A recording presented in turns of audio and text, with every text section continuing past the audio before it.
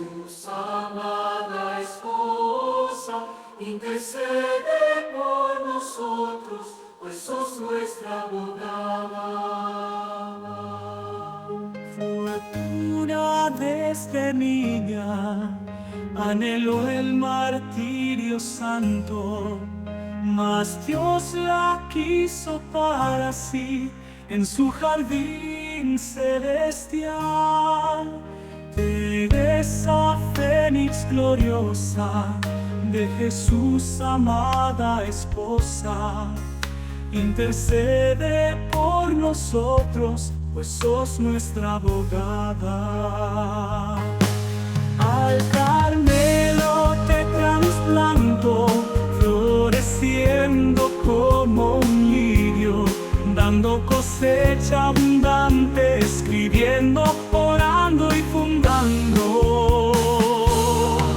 Teresa Fénix gloriosa, de Jesús amada esposa, intercede por nosotros, pues sos nuestra abogada. Un dardo de amor divino hirió su alma y su ser, la llenó de fuego, quedando unida a Dios en eterno querer. Teresa Fénix gloriosa, de Jesús amada esposa, intercede por nosotros, pues sos nuestra abogada. En la noche de tu partida, el cielo se iluminó y tu vida como una semilla en el mundo floreció.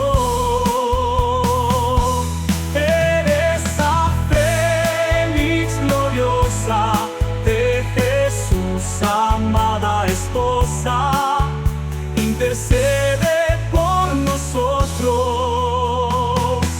pues sos nuestra abogada. Teresa Fénix gloriosa, de Jesús amada esposa, intercede por nosotros, pues sos nuestra abogada.